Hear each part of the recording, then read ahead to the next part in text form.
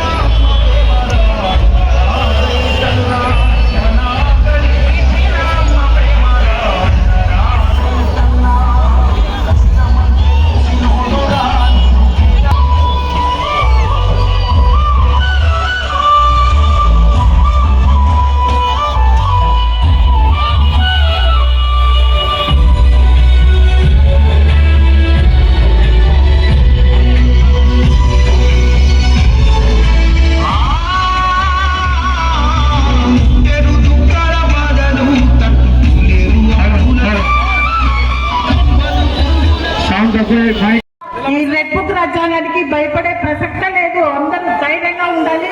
ఈ రోజు తెలిసింది అది కూటమి ప్రభుత్వానికి. ఈ రోజు ఒక్క రైతుల కోసం ఎలాగా ముందుకు వచ్చారో మరి ఈ రోజు ప్రతి కార్యకర్త కరడు కట్టి ఈ రోజు రావడం చూశారు. ఇదే ఆరంభం. వైఎస్ఆర్సీపీ అంటే ఏంటో అనేది ఈ రోజు అంతా ఈ రోజు నుంచి స్టార్ట్ కావుతుంది. కాబట్టి మరి నిట్టేట ముంచిన మన రైతు మరి మా పత్తికొండ నియోజకవర్గం చూస్తే ఈ రోజు ఒక ₹1 పోతుంది కిలో టమాటా. ఈ రోజు గతంలో మరి ఆనాడు జగనన్న ప్రభుత్వంలో మన వైఎస్ఆర్సీపీ ప్రభుత్వంలో టమాటా ఆ రోజు అన్న ఇట్లా అయిపోయింది పరిస్థితి. అంటే రైతులకు అండగా ఆ రోజు ప్రభుత్వం కొనుగోలు చేసే విధంగా ఆనాడు వైఎస్ఆర్సీపీ ప్రభుత్వం చేసింది. ఈరోజు కూటమి ప్రభుత్వం అంతమంది ఉన్నా కూడా ఈరోజు ₹1 కిలో టమోటా రైతు రోడ్డులో పడేసే పరిస్థితి వస్తే మరి ఈ రోజు ఎవ్వరు కూడా మాట్లాడని పరిస్థితి. కూటమి వాళ్ళంతా కూడా ఈరోజు నిన్న మరి రైతన్నలకు ఇన్సూరెన్స్ అయితేనేమి, ఉచిత పంటల బీమా, ఇవన్నీ కూడా పొంగలు పడేసిన కూటమి ప్రభుత్వం. మరి అందరూ గమనిస్తున్నారు. వైఎస్ఆర్సీపీ ప్రభుత్వంలో 2019 నుంచి 2014 మరి 2024 వరకు కూడా ఎలాగా ఉండిందో రైతులకు జగనన్న మరి ధరల స్వీకరణ అయితేనేమి, ఇన్సూరెన్స్ అయితేనేమి, ఉచిత పంటల బీమా అయితేనే ప్రతి ఒక్కరికి కూడా ఆదుకున్న అన్న మన జగనన్న. కాబట్టి ప్రతి ఒక్కరికి కూడా ఈరోజు కూటమి ప్రభుత్వాన్ని చెప్తున్నాం.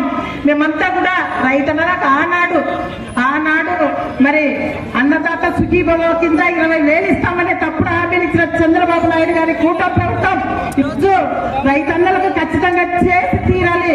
చేసే వరకు ధరల స్వీకరణ, రైతులకు న్యాయం జరిగే వరకు కూడా మేము ఇలాగే పోరాటం చేస్తామని చెప్పేసి ధైర్యంగా ప్రతి కార్యకర్త ధైర్యంగా ఉండాలి చెప్పేసి అందరికీ మేము అండగా ఉంటామని చెప్పేసి మరొకసారి తెలియజేస్తూ ఈరోజు ఇంత విజయవంతం చేసిన ప్రతి ఒక్కరికి కూడా ఎప్పటికీ కూడా ప్రతి కార్యకర్తకి కూడా ధైర్యంగా ఉండి మేమంతా కూడా అండగా ఉంటామని చెప్పేసి మనందరికీ మన అన్న మన జగనన్న కూడా అండగా ఉంటారని తెలియజేస్తూ మరి సెలవు తీసుకుంటున్నాం. ఇంత దిగ్విజయం చేసిన ప్రతి నియోజకవర్గం నుంచి వచ్చిన కార్యకర్తల ప్రతి ఒక్కరికి నాయకులకు అందరికీ మరొక్కసారి నా యొక్క కృతజ్ఞతలు తెలియజేసుకుంటూ సెలవు తీసుకుంటున్నాను.